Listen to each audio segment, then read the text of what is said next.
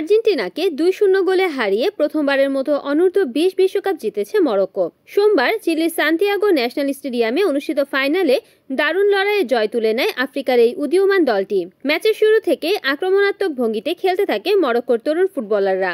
12তম মিনিটে গোল করে দলকে এগিয়ে নেন ইয়াসির জাবেরি। প্রথমার্ধেই ব্যবধান দ্বিগুণ করেন একই খেলোয়াড়। 29তম মিনিটে ওথমান মামার নিখুঁত পাস থেকে গোলটি করেন তিনি। দ্বিতীয়ার্ধে আর্জেন্টিনা বেশ কিছু সুযোগ তৈরি করলেও মরক্কোর রক্ষণভাগ ও গোলরক্ষক দুর্দান্ত ভূমিকা রাখেন।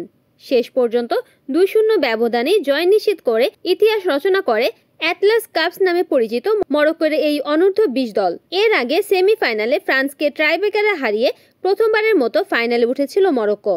অন্যদিকে কলম্বিয়াকে 1-0 গোলে হারিয়ে নবমবারের মতো ফাইনালে উঠেছিল আর্জেন্টিনা। কিন্তু মরক্কোর তরুণদের কাছে হেরে নিজেদের 7ম শিরোপা জয়ে স্বপ্নভঙ্গ হলো 6 বারের বিশ্ব চ্যাম্পিয়নদের। এই জয়ে মরক্কো 2009 সালের পর প্রথম আফ্রিকান দেশ হিসেবে অনূর্ধ্ব-20 বিশ্বকাপ জিতল। সর্বশেষ আফ্রিকার কোনো দল হিসেবে ঘানা সেই কীর্তি গড়েছিল। তৃতীয় স্থান নির্ধারণী ম্যাচে কলম্বিয়া 1-0 গোলে ফ্রান্সকে হারিয়ে টুর্নামেন্টে তৃতীয় হয়। পুরো ম্যাচ জুড়ে গ্যালারিতে উপস্থিত ছিল মরক্কোর হাজার হাজার সমর্থক। পতাকা উড়িয়ে, গান গেয়ে ও চিৎকারে তারা দলকে উৎসাহ জুগিয়েছেন। প্রায় 2 দশক পর অনূর্ধ্ব-20 বিশ্বকাপে ফিরে এসে মরক্কো প্রথম প্রচেষ্টাতেই শিরোপা জিতে লিখেছে স্বর্ণাক্ষরে নাম। Desk news, NN TV.